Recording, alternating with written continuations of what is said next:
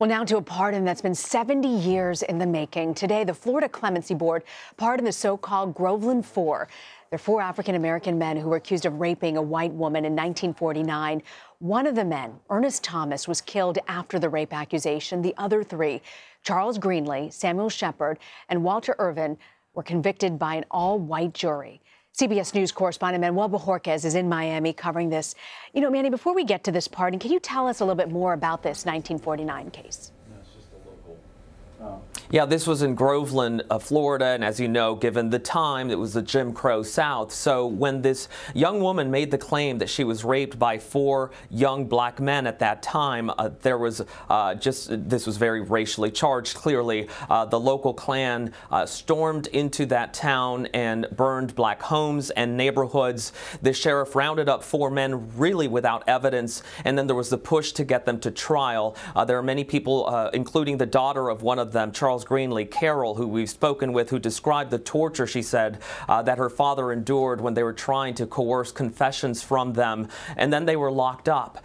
There was also this instance where Thurgood Marshall was able to get them a retrial, but the sheriff made it seem like there was an attempted escape and shot and killed one of the men. Then there were only two remaining, and those men were then convicted again. So, as you mentioned, a pardon 70 years in the making, a very emotional day today as that clemency hearing happened in Tallahassee.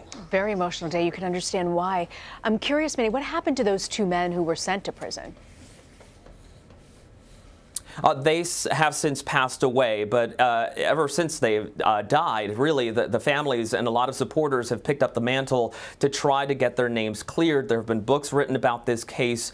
There was a petition started by a Florida University student to try to get the government to do something about this, even though those men are no longer alive. Just for their honor and for the families that are left behind, there was a Pulitzer Prize winning book that brought a lot of attention to this case as well. We spoke to the author of that, and he said that really looking back, this was a case of institutionalized racism and something that needed to be corrected, even if it's just a pardon after their deaths. Yeah, no, it's so meaningful to especially the family left behind.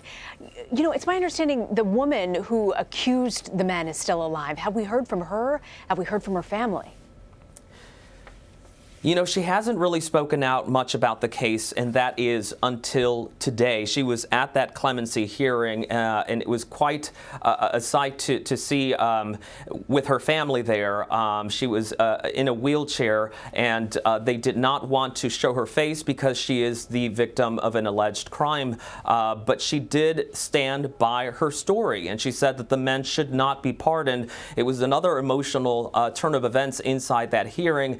She claims that the men indeed did this to her, and her family members spoke up on her behalf as well, saying that she's not a liar, that she's a good Christian woman, she would not have made this up. But in the end, the governor and the board made it clear that what they were trying to pardon here and trying to correct were the actions of officials in these cases, including the sheriff and others down the line, who they say carried out a miscarriage of justice. What more do we know about sort of the efforts behind the pardon and the families, those men, their families? What have we heard from them? Well, clearly they would be overjoyed by something that they have fought now for decades. The daughter of Charles Greenlee told us she didn't really know as a child why her father was in prison, and her family tried to protect her by not really telling her what was going on. But she said this was really just about trying to close that awful chapter, trying to bring it full circle, and giving her that part of her father, even though he's gone, that she never had, this sense of her father being in jail for something that he was not guilty of. 2 years ago, the Florida legislature did pass a resolution formally apologizing to the Groveland Four and asking then Governor Rick Scott to do something about it, to get the Clemency Board together and to officially pardon them. He did not do that. So now you have a new governor who has decided that this was something he wanted to go and get done with the pressing of several other officials who said it was time. Manuel Bojorquez coming to us from Miami. Manny, thank you very much.